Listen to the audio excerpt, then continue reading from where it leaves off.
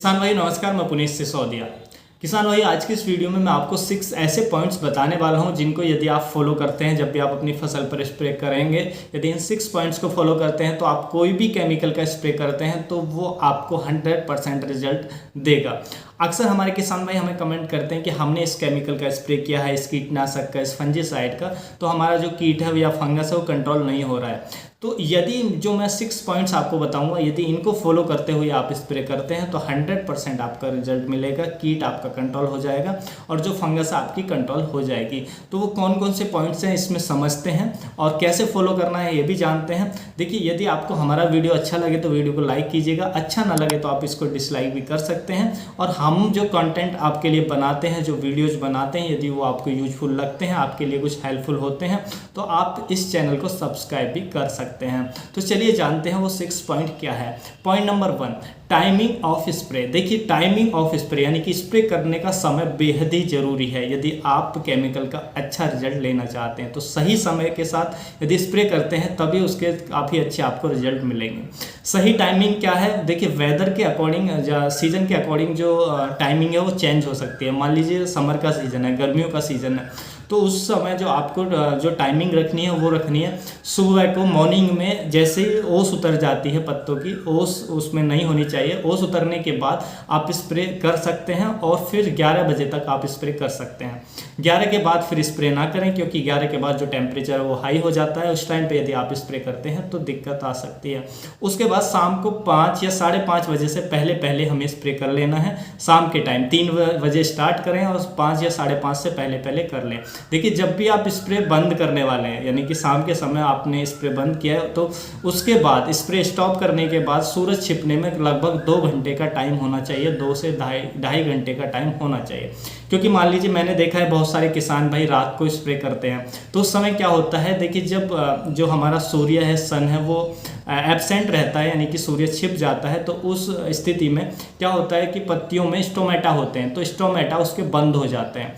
जब तक सूर्य प्रेजेंस रहता है, सूर्य निकला हुआ रहता है, तब तक ये जो स्टोमेटा है पत्तियों के वो खुले रहते हैं और स्टोमेटा के माध्यम से ही जो दवाई है वो अंदर जाती है। मान लिया आप रात को लेट स्प्रे कर रहे हैं तो क्या है कि जो स्टोमेटा है वो बंद हो जाएंगे और स्प्रे जो हम केमिकल देने हो पत्तियों के अंदर नहीं जा पाएगा और फिर नाइट में ओस पड़ेगी तो वो दवाई है वो धुल जाएगी, फिर आपको उसका रिजल्ट नहीं मिलेगा। तो इसलिए आपको ये जो टाइमिंग है वो आपको ध्यान रखना है। और यदि हम सर्दियों की बात करें तो सर्दियों में आप ओस उतरने के बाद स्प्रे स्टार्ट कर सकते हैं और शाम को फिर जब भी 2 घंटे रह जाएं सूरज छिपने में, उससे पहले पहले उसको फिनिश कर लें। सर्दियों में आप कभी भी कर सकते हैं दिन में, क्योंकि उतना ज़्यादा टेम्परेचर नहीं जाता है।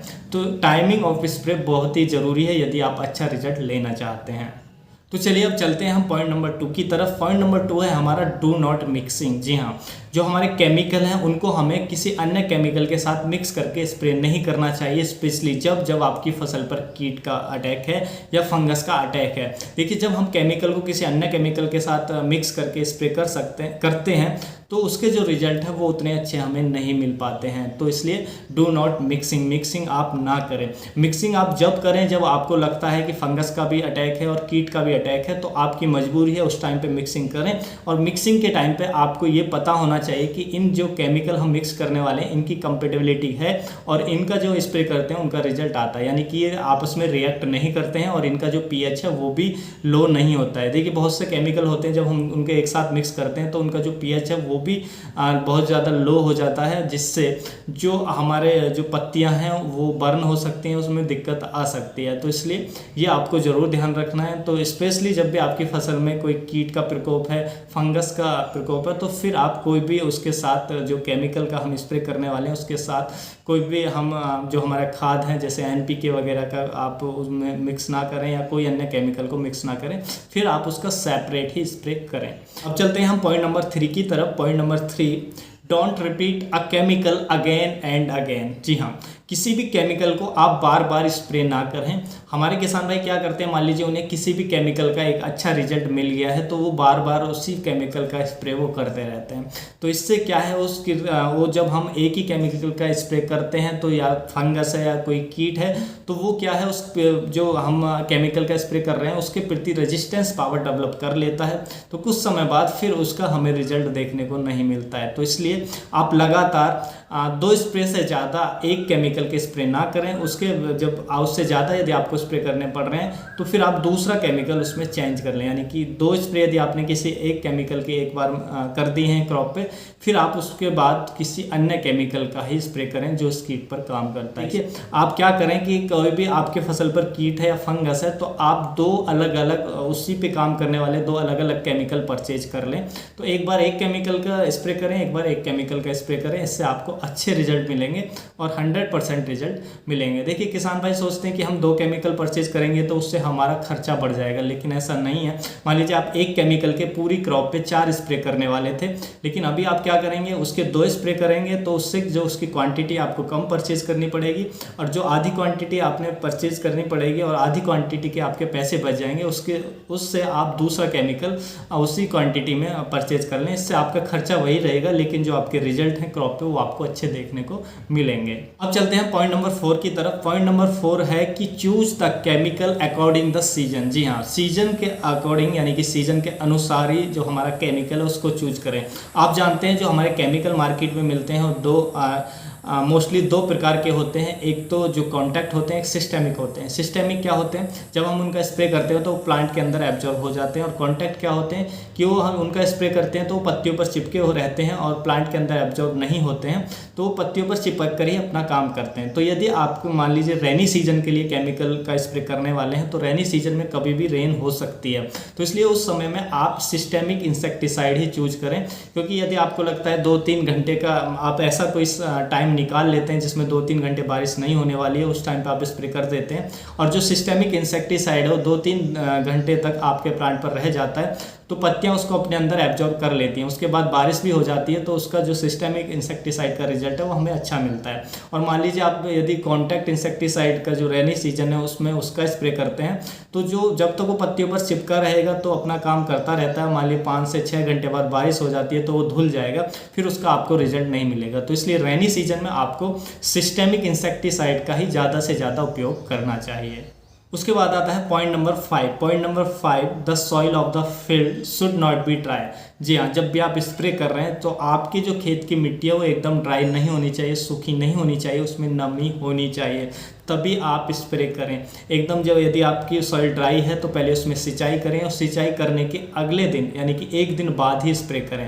देखिए सिंचाई करने के तुरंत बाद भी स्प्रे ना करें, क्योंकि हम जैसे मान लीजिए हमने अपनी फसल में सिंचाई की है तो क्या है कि उसमें जो एवोपरेशन है यानी कि वाष्पीकरण की प्रक्रिया है वो पत्तों के जरिए प्लांट के अंदर तेज़ी से होने लगती है, जिससे हम स्प्रे करते हैं तो वो जो हम केमिकल का स्प्रे दिया है वो पत्तों के अंदर उसमें एब्जॉर्ब करने में दिक्कत आती है। तो इसलिए स्प्रे जब भी आप सिंचाई करें तो उसके तुरंत बाद स्प्रे ना करें, और या स्प्रे करने के बाद तुरंत सिंचाई ना करें। तो यदि आपने स्प्रे किया है तो उसके अगले दिन सिंचाई करें, और यदि आपने सिंचाई की है तो उसके अगले दिन ही आप स्प्रे करें, 1 दिन बाद स्प्रे करें। और ड्राई सॉइल आपकी नहीं होनी चाहिए, स्प्रे करते समय उसमें मॉइस्चर होना चाहिए। अब चलते हैं पॉइंट नंबर 6 की तरफ। पॉइंट नंबर 6 है हमारा do at least 2 spray on the crop. जी हाँ, अपनी फसल पर कम से कम 2 स्प्रे करें एक केमिकल के। मान लीजिए यदि आपकी फसल पर कीट का अटैक हो चुका है, ज़्यादा सीवियर कंडीशन है यानी कि ज़्यादा ही कीट का अटैक या रोग का अटैक हो गया है, तो आपको उसके कम से कम 2 स्प्रे देने हैं, और उनका जो गैप रखना है वो भी आपको कम रखना है। 4 से 5 दिन के बाद दूसरा जो स्प्रे है वो रिपीट करना है। और मान लीजिए आपकी फसल में ज़्यादा अटैक नहीं है, मीडियम अटैक है, तो आप 6 से 7 दिन बाद दूसरा स्प्रे रिपीट कर सकते हैं। और मान लीजिए यदि अभी स्टार्टिंग है, आपकी फसल में कीट का अटैक हुआ ही है और आप स्प्रे ले लेते हैं तो फिर एक ही स्प्रे काम कर जाता है। यदि ज़्यादा सीवियर कंडीशन है फिर आप 2 स्प्रे कम से कम लें, या 3 स्प्रे भी आप ले सकते हैं। यदि सीवियर कंडीशन ज़्यादा है, आपके कीट की या जो रोग है वो ज़्यादा ही खतरनाक स्थिति में है, तो फिर 3 स्प्रे आप ज़रूर ले लें। देखिए क्या होता है, मान लीजिए कोई कीट का प्रकोप है हमारी फसल पर और हम 1 स्प्रे कर देते हैं, तो बहुत सारे इंसेक्टिसाइड होते हैं कि उनके अंदर केवल वो एडल्ट को ख़त्म करते हैं, यानी कि उनके अंदर ओविसाइडल एक्शन नहीं होता है कि जो कीट के अंडे को भी वो ख़त्म कर दें। तो वो जो कीट के अंडे होते हैं उसको ख़त्म नहीं कर पाते हैं, केवल वो जो एडल्ट है उस पर काम करते हैं। मान लीजिए उन्होंने 1 स्प्रे किया और एडल्ट सारे ख़त्म हो गए, लेकिन उनके जो अंडे हैं उनसे फिर से हैचिंग होगी और फिर से जो कीट है वो बाहर निकलेगा, फिर आपकी फसल पर अटैक करेगा। इसलिए 5 से 6 दिन बाद आपको स्प्रे को रिपीट करना है। इससे जो भी दोबारा से वो हैचिंग होकर जो एडल्ट बनता है उसको हम तुरंत ख़त्म कर सकते हैं, जिससे हमारा जो कीट पे या हमारी जो फंगस है उस पे जो रिजल्ट है काफ़ी अच्छा मिलता है, कंट्रोल हम अच्छा ले सकते हैं। अब चलते हैं हम पॉइंट नंबर 7 की तरफ। हालांकि हमने इस वीडियो में 6 पॉइंट्स की ही बात की थी, लेकिन इस पॉइंट को आप बोनस पॉइंट की तरह ले सकते हैं।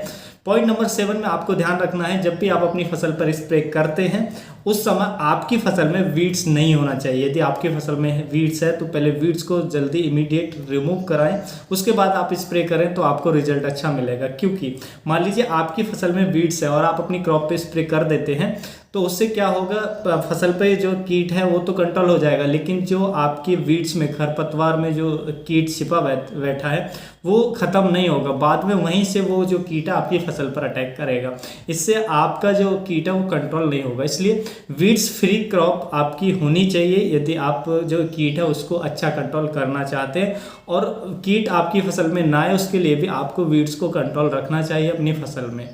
तो इन चीज़ों को आप ध्यान में रखते हैं, ये 6 पॉइंट्स आप फॉलो करते हैं तो जो आप कोई भी केमिकल का स्प्रे करते हैं उसका जो रिजल्ट है आपको अच्छा मिलेगा, 100% मिलेगा।